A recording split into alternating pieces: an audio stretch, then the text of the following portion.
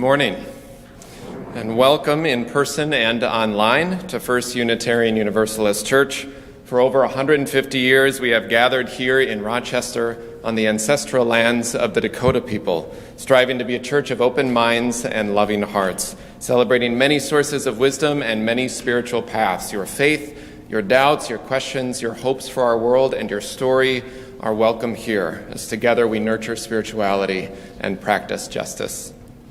Today is the final day of our special month of giving opportunities. You can place gifts for the giving tree downstairs in the lobby or the guest at your table boxes. There's a special table down there as well for those. And our offering collection today goes to support the Rochester Warming Center. You can give at the wooden boxes at the side of the room, or you can give online as well. Thank you for joining in this season of generosity. You have until about 1 o'clock today or so to turn those gifts in, or if you have boxes at home, you can also give online. If you forgot something or still wanted to give yet today, there's an opportunity for that as well. And we're so glad to celebrate this year, this season of many holidays and rituals and traditions with both in-person and online opportunities. You can see the e-news for all the details, but here's a brief overview. Since you're here and paying attention, I can give you the overview. So Tuesday evening, we'll celebrate the winter solstice with a service in here at 6:30. That'll also be live streamed, followed by a fire and carols and cocoa in the courtyard right after that at 7. And then Christmas Eve, we have 3 services, 3:30, 5, and 6:30. 3:30 includes extra safety precautions and requires registration. The 5 and 6:30 service will still be slightly reduced capacity and a little less singing than normal years. A masked choir, and all services will include music, poetry, ending in candlelight and silent night. So you can see more details in your e-news. And any changes that need to happen this week as we track COVID news will be communicated through the e-news or on our website as well. So we'll keep you up to date as needed, but we're looking forward to finding many ways to celebrate this week. In the following 2 Sundays, just save the dates for January 26th, that was way ahead, December 26th or January 2nd. Both those Sundays will have 1 service only at 10 a.m. Next week is an annual ritual of change and growth, and the following week is guest preacher Reverend Terry Bernor from Interfaith Power and Light on January 2nd. All those will be live streamed as well at 10 o'clock. So the next 2 weeks, 10 o'clock on Sunday mornings. At the end of the service today, the children will come back from their activities as we join together in an annual singing of Jingle Bells. There are bells in the white basket over there for anyone of all ages that would like to shake or ring something, or if you have a necklace or whatever you want to shake or ring as we sing together. So I invite you to take a breath in the midst of this busy season in gratitude for the day and for being together. And hear these words of our minister in the 1870s, the Reverend Eliza Tupper Wilkes. May our faith in humanity and our message of hope and good cheer light our way. It's good to be together. Gus will share our chalice lighting words as Chantel lights the chalice.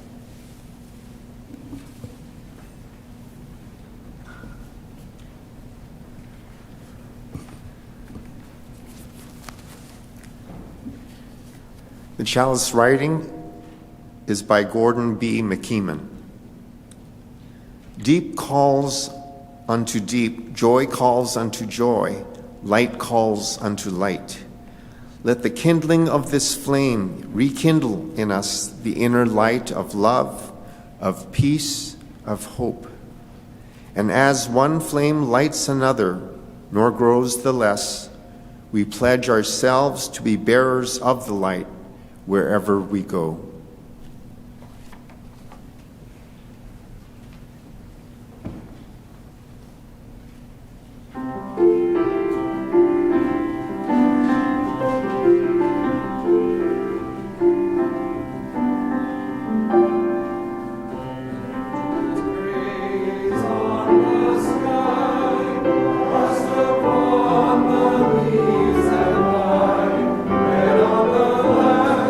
Mary.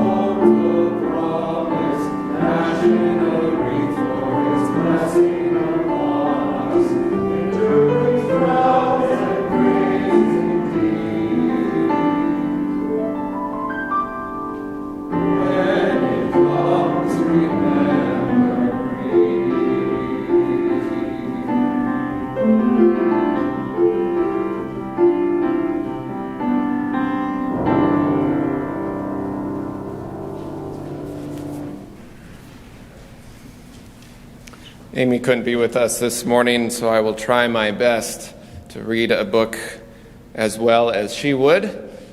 It's the book, The Gift of Nothing by Patrick McDonnell. It was a special day, and Mooch wanted to give his best friend Earl a gift. But what to get him? He had a bowl, he had a bed, and he had a Chewy toy. He had it all. So Mooch thought and thought, what do you get someone who has everything? Nothing.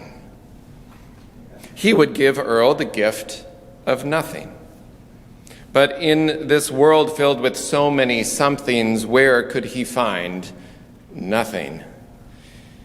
Mooch often heard Frank say there was nothing on TV, but as far as Mooch could tell, there was always something on TV.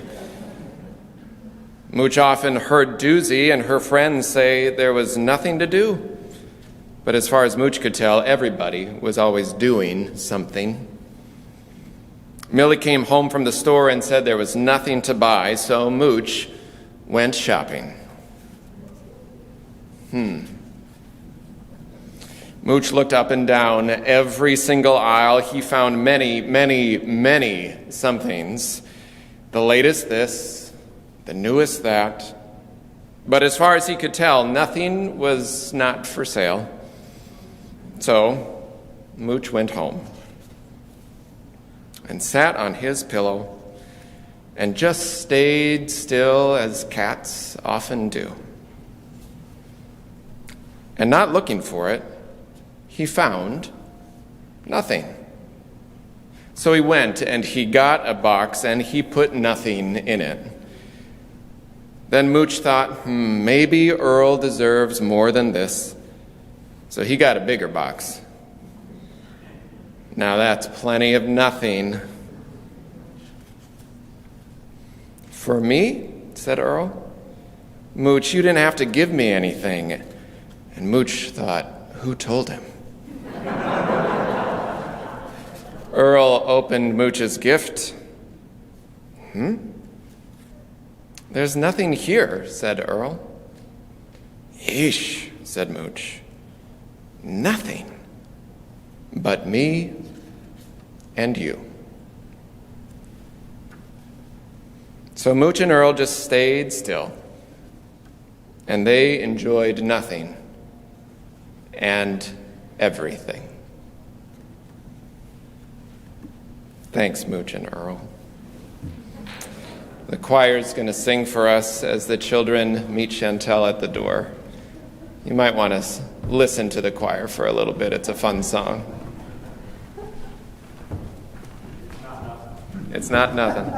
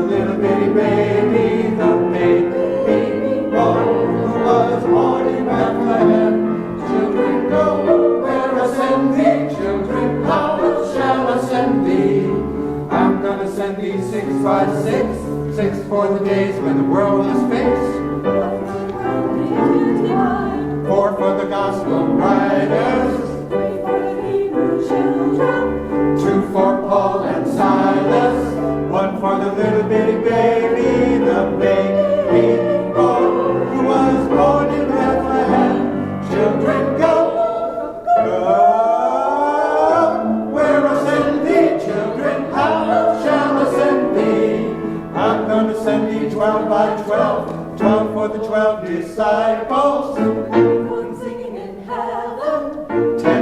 Ten Commandments. Nine for the angel flies below. 8 for the 8 the flood couldn't take. 7 for the day and 10. 6 for the days when the world was fixed. 5 for the bread they did divide. 4 for the gospel writers.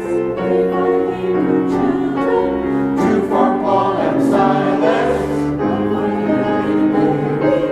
1 for the little bitty baby. 1 for the little bitty baby, the baby boy who was born in Bethlehem.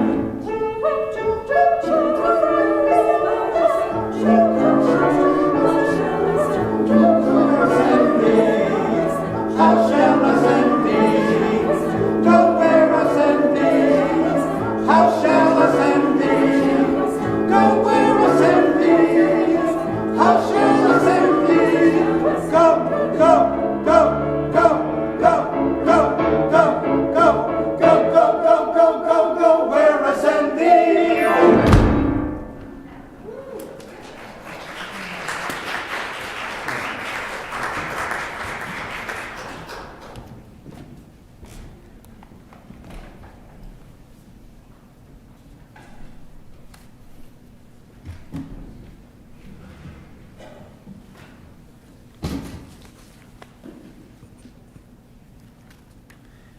As I've become older, the experience of joy has changed for me. In the olden days, I experienced it at parties and when the holidays arrived, when I got my raise or when I retired, yay. But then there were those trying times and sometimes terrible times of fear, disappointment, sadness, despair, grief, getting old, and that many of us experience often. We begin hoping for joy to arise from the ashes. I think I got tired of joy being an elusive, fleeting feeling and dependent on outside forces. I thought of situations, for example, where our severely oppressed and imprisoned Mexican brothers and sisters at the border, after risking their lives walking and running through the desert for days, being arrested, starved, treated without medicine, living in dirty and overcrowded prisons, and losing their loved ones. And they could still joyfully sing.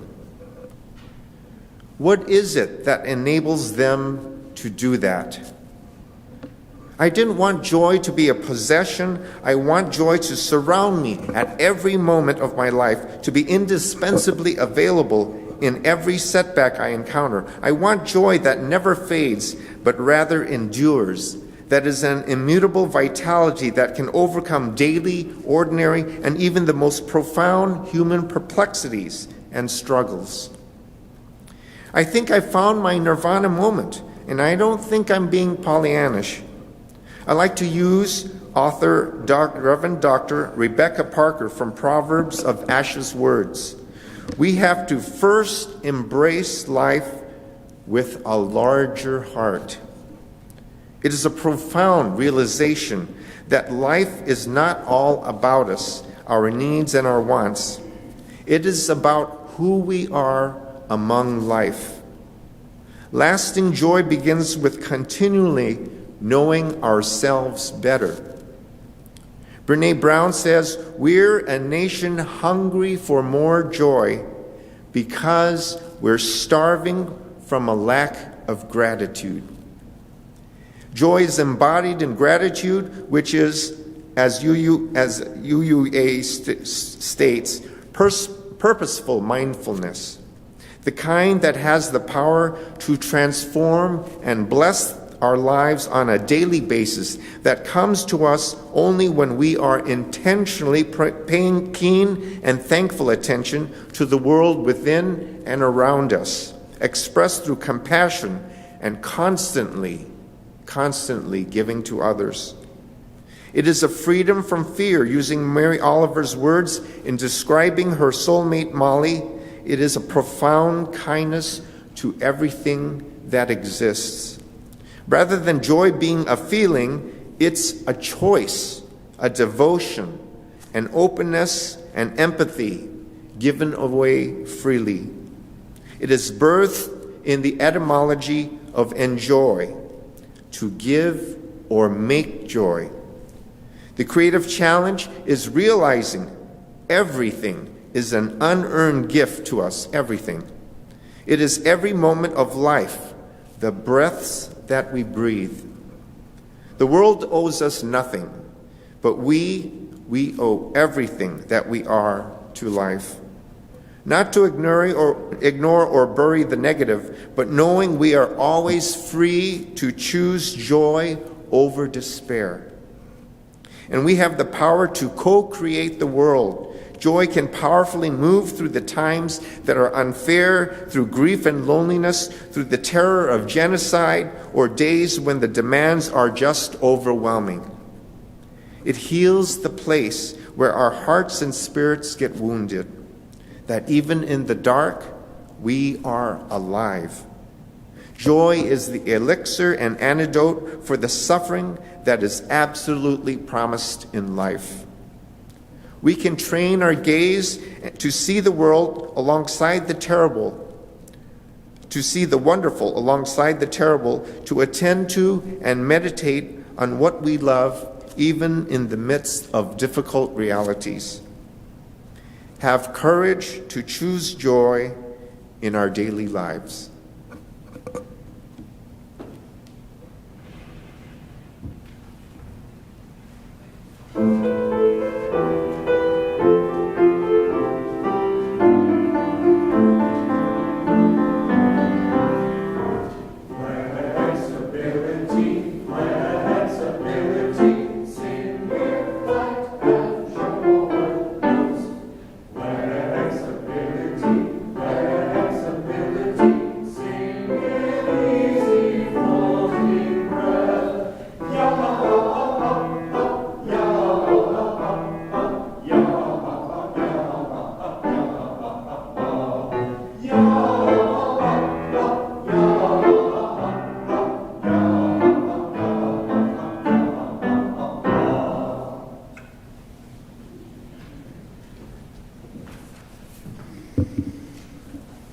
Flexibility indeed. Amen, choir. Thank you. So I invite you to take an easy breath. Breathe the breath of life. Feel below you the earth and its ancient turning. Above you the sky, and beyond that the stars shining with their ancient light, holding you in this moment, this breath, this space, right here, right now. You yourself made of earth and stars. Know that in this house you are named, you are known as beloved, as sacred, as welcome. I invite you into this time of meditation, this time of prayer, first by sharing silence together.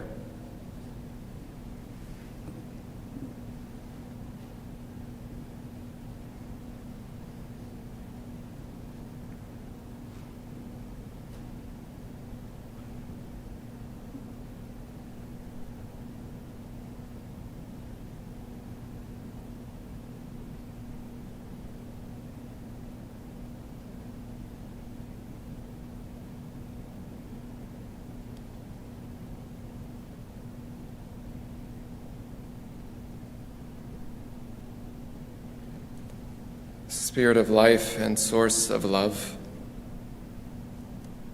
God of many names and beyond all naming, we most always know that gifts are far more than a surface. It's the love and the care, the intention, the kindness that matters. Help us remember in a world that often convinces us otherwise, to the drive to buy and acquire, where wanting to be generous can lead to oversized expectations or unnecessary pressure. Help us remember that reaching beyond our limits in resources or in energy can drain a soul. And what this season has for centuries called us to is simplicity. To remember all that we have belongs to each other, reminding us that to give simply is to pass along something that was given to us once. May generosity not lead to depletion, but to the sustenance, to the deeper joy that comes from a heart of compassion and love. sometimes showing up in the simplest ways of remembering the needs are great and that we all have some gift of love, of service, of kindness to offer. Today we are glad to celebrate with Catherine Logan and Greg Turasek. They are the happy grandparents to two new baby granddaughters in less than a week. Cora Ina Schlaser to parents Lee and Heidi in Maryland, and Rowan Bet Schlaser to parents Ben and Katya in Colorado. Both have two big 2-year-old brothers that are both pleased and glad to have this little new sibling in their lives. So we celebrate with them. And we rejoice with Jen and Tony Charleboy welcoming new baby Isla May Charleboy.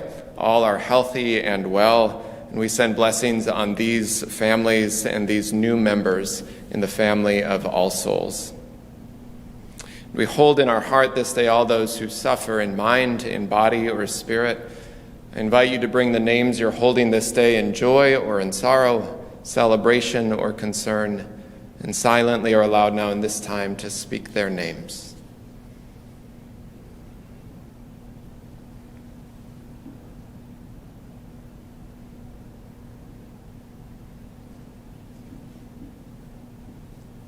For all the names spoken and unspoken, may we be forever grateful for the fabric of love and life that weaves us together. May those threads hold us in love and strength.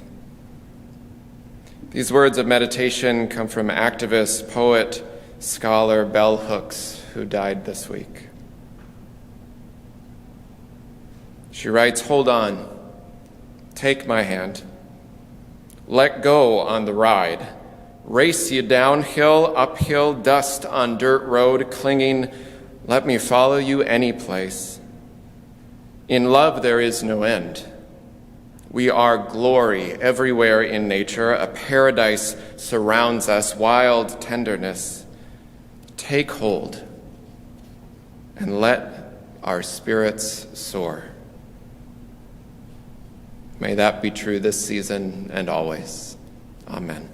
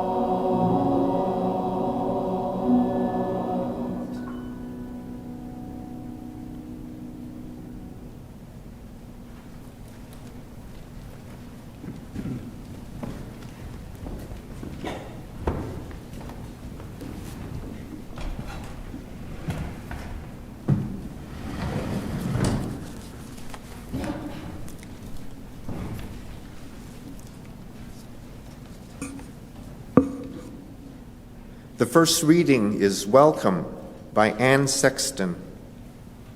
There is joy in all, in the hair I brush each morning, in the cannon towel newly washed that I dry my body with each morning, in the chapel of eggs I cook each morning, in the outcry from the kettle that heats my coffee each morning, in the spoon and the chair that cry, "Hello there, Anne," each morning, in the Godhead of the table that I set my silver plate cup upon each morning. All this is God. Right here in my pea green house each morning, and I mean, though often forget to give thanks, to faint down by the kitchen table in a prayer of rejoicing, as the holy birds at the kitchen window peck into their marriage of seeds. So while I think of it, let me paint a thank you on my palm for this God. This laughter of the morning, lest it go unspoken. The joy that isn't shared, I've heard, dies young. The second reading is an excerpt from Annie Dillard. One of the few things I know about writing this: spend it all. Shoot it, play it, lose it, all, right away, every time.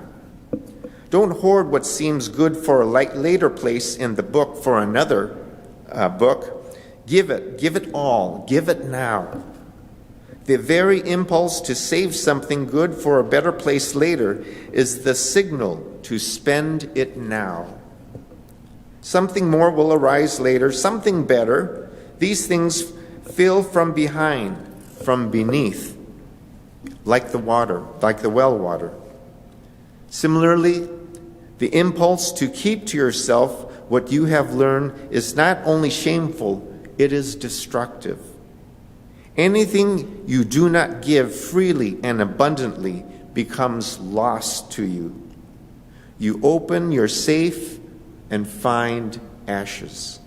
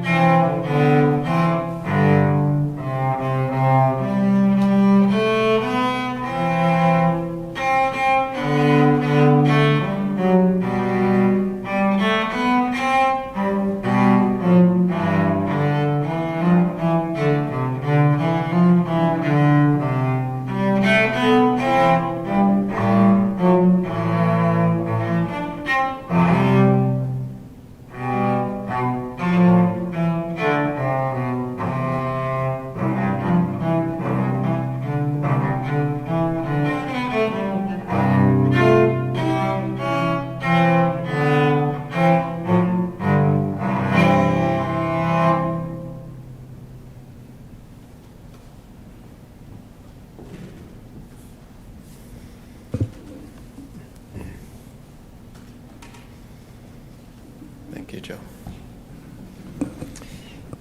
Sometimes you have to flip things around. A little flexibility, a different direction, a different perspective, a different approach to fix something that didn't really need to be broken. It started as a small plot of open land where an old house, weary and falling apart after years of neglect, mainly due to systems of poverty and racial housing discrimination, this old, weary, falling down house needed to be torn down. And in that neighborhood, there wasn't much money at all, not much of a market due to those same systems, so the lot would likely sit empty. A few neighbors gathered and started cleaning up the lot. They started bagging up the excess brick or the glass that was left there, clearing out the weeds, evening out the land. So at first, it was a simple idea. Use the lot as a garden plot. sell the produce for a small profit to help support the work and the replanting, a simple little community neighborhood business. And it began working okay for a while. But often in the peak seasons of growing, depending on what was planted there, just before things would be picked, folks would sneak in at night and take most of the food because there was so much need. So the gardeners of this little business would find empty stems and no food to sell. It was a disheartening thing. And as one can imagine, as they thought about what to do about this, the questions of what to do next came. Should we install security cameras? Should we put up some protective fence? Should we ask law enforcement to patrol? That seems ridiculous for a community garden. Typical responses when one's mind is set on protecting something that you think is yours. Sometimes, though, something breaks through from the typical responses, the normative narratives, and invites us to imagine something different. At its best, that's what religion or spirituality always do, or any good ethical, moral, communal approach to life. It asks us to imagine new ways of being, to break with convention and be open. As the Universalists would say, be open to the movement of the Spirit, which is whatever leads toward love and flourishing. So one of the gardeners thought, hey, a great way to stop people from stealing? Make it impossible to steal by giving it away. So the next growing season, the whole idea shifted and changed. The garden, instead of a small business, turned into a small Eden. Instead of price tags, there was a free will offering basket. Online options for giving too, because they're practical, right? But instead of a security fence or cameras hidden among the vegetables watching who is sneaking in at night, a sign was put up on that little garden lot in Beloit, Wisconsin. Free community garden. Give what you can. Take what you need. And people did. And all of a sudden, the few tired, hard-working gardeners became a community of volunteers, some volunteering every day who had never been there before, some for an hour or two here or there, some donated to the basket, which raised much more than they would ever need or have ever made by selling. Others put their hands right in the dirt. Some showing up because their family needed good food in the midst of a social structure that created that food desert. And the vegetables kept disappearing, but not under the cover of darkness or secret, but they were given away in broad daylight with gladness. Anything you do not give, writes the poet, anything you do not give freely and abundantly becomes lost to you. Spend it all, spend it, shoot it, lose it all, every time, give it all now. In that paradigm, that way of thinking, of being, that way of community, then we're never out of stock, as we so often are right now in the wider world. We don't run out of things when we try to keep them or hold on to them, save them, protect them. That's when we run out of things. A member here a couple years ago gave our family a rectangle green plate. Maybe you've seen these. It's called the giving plate. Has some words on it similar to like this plate shall have no owner, its journey never ends. It travels in a circle of family and friends, carries love from home to home for everyone to share. So the point is that you use it for a while and then gift it to someone else, hopefully with some goodies on it or something. It's an invitation and a practice to very simple giving, which I have to say, we kept it a little longer than we were supposed to. It just looked really good in the corner of the counter there, and it had this wonderful message on it, but it was kind of antithetical to the point of it, I suppose. So we gave it away because we had to. It said we had to. But I love that it was a reforming of our thoughts about ownership and belonging, kind of like the old Magic Penny song that many of you likely know, that love is something when you give it away, you end up having more.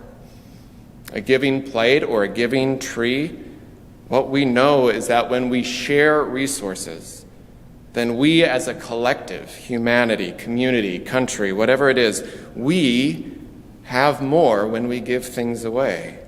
More flourishing, more health and wholeness, more love and beauty. What if we created this practice beyond our individual generosity, and we gave it all away, how would it transform things we did in large communal, institutional, collective, systemic ways if that's how we structured our world?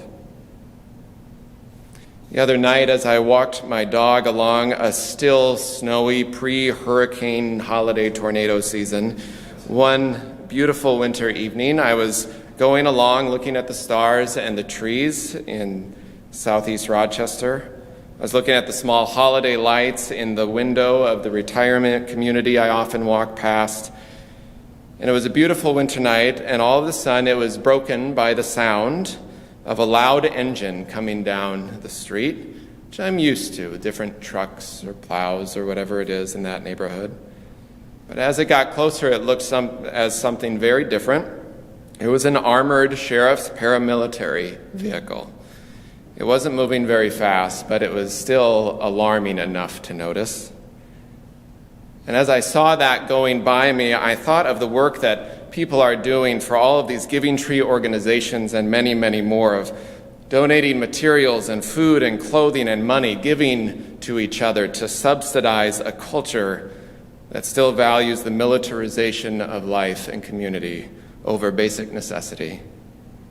And I thought of the bake sales and the fundraisers that schools have to do and 1,000 other organizations and families struggling to survive paycheck to paycheck between childcare and rent and healthcare and medication and low wages, no benefits, scraping together. And while the uses of that vehicle I am probably unsure of what all it's used for, but so often those large armored vehicles on a local level are used to protect property. That much I know.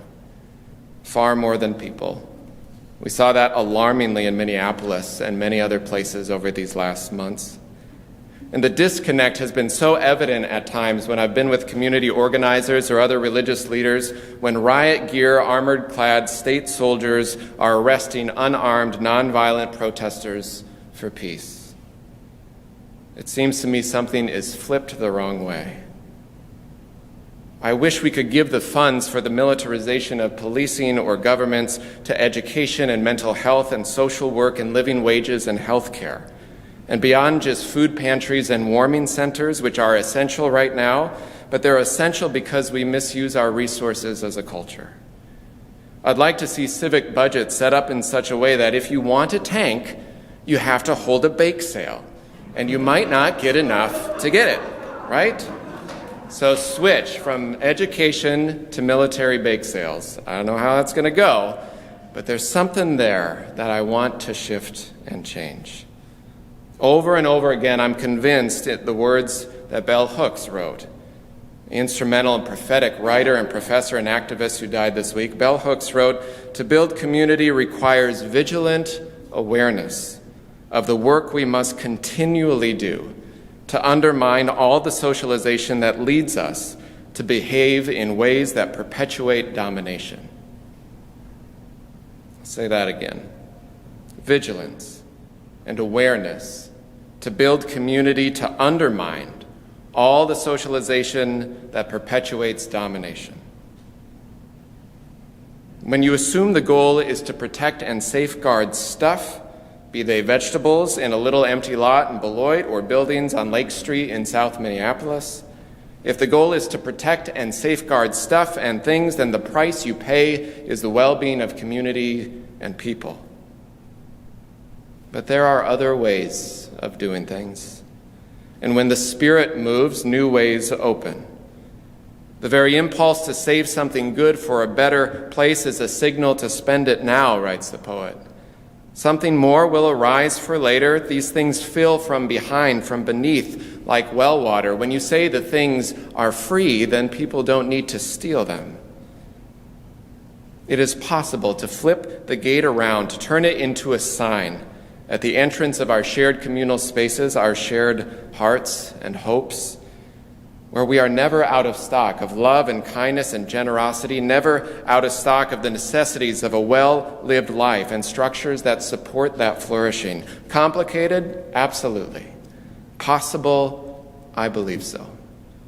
To reimagine a commonwealth of shared resources is the message of so many traditions.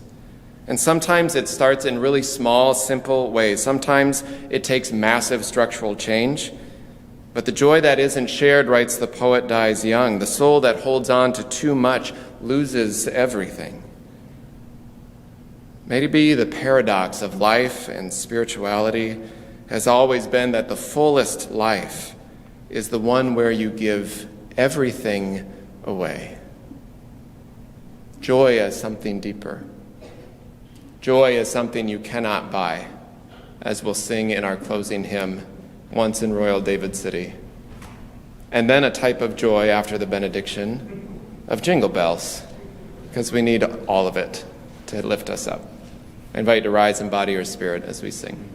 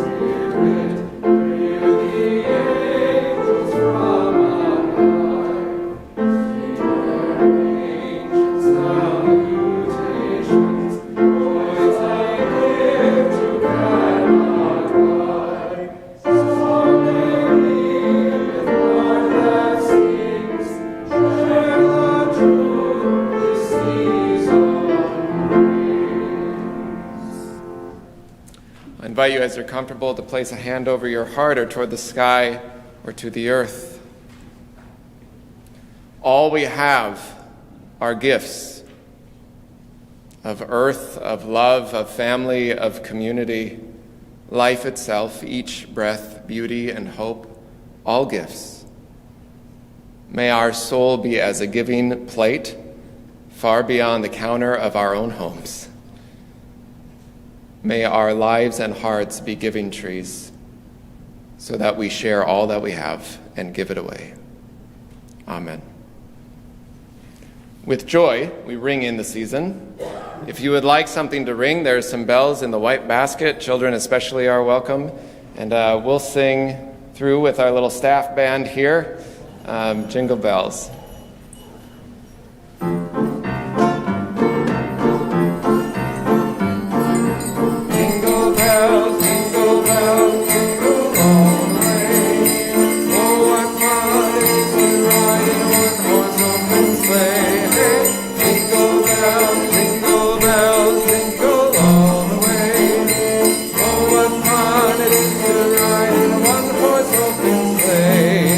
Dashing through the snow in a one-horse open sleigh. O'er the fields we go, laughing all the way.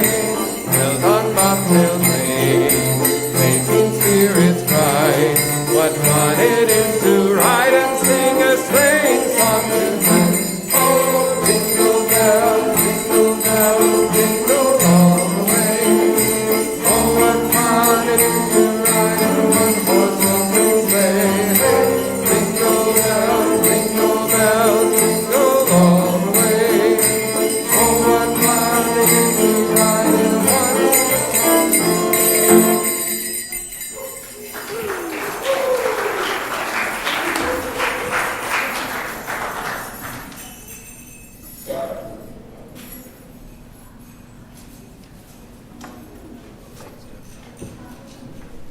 And we'll see you this week for Solstice and Christmas.